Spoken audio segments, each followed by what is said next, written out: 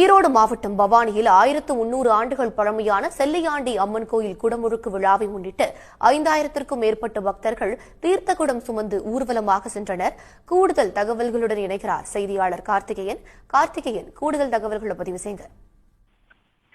நிச்சயமாக ஈரோடு மாவட்டம் பவானியில் மிகவும் பிரசித்தி பெற்ற செல்லியாண்டியம்மன் திருக்கோவில் அமைந்துள்ளது.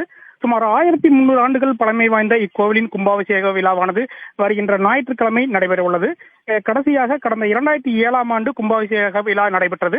தொடர்ந்து 16 ஆண்டுகளுக்கு பிறகு கோவில் புனரமைக்கப்பட்டு கடந்த ஓராண்டுகளாக பணிகள் நடைபெற்று வந்தது.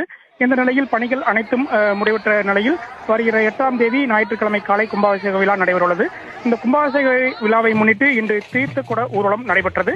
இந்த ஊர்வலத்தில் 5000த்திற்கும் மேற்பட்ட பக்தர்கள் கலந்து கொண்டு தென்னகத்தின் காசி என்று அழைக்கப்படக்கூடிய பவானி கூடுதுறையில் காவேரி, பவானி மற்றும் கண்ணுக்கு புலப்படாத அமுத நதி ஆகிய 3 நதிகள் சங்கமிக்கும் இடத்தில் புனித நீர் எடுத்துக்கொண்டு கோவிலுக்கு பவானி நகரின் முக்கிய வீதிகள் வழியாக ஊர்வலமாக வந்தனர். தொடர்ந்து கோவிலில் உற்சவர் அம்மனுக்கு தங்களது கைகளால் தீர்த்தாபிஷேகம் செய்து அம்மனை வழிபட்டு சென்றனர். சுமார் 5000த்திற்கும் மேற்பட்ட பக்தர்கள் திரண்டு ஊர்வலத்தில் கலந்து கொண்டதன் காரணமாக பவானி நகரிலான போக்குவரத்து மாற்றமானது செய்யப்பட்டிருந்தது. மேலும் 500க்கும் மேற்பட்ட போலீசாரும் பாதுகாப்பு பணியில் ஈடுபட்டிருந்தனர்.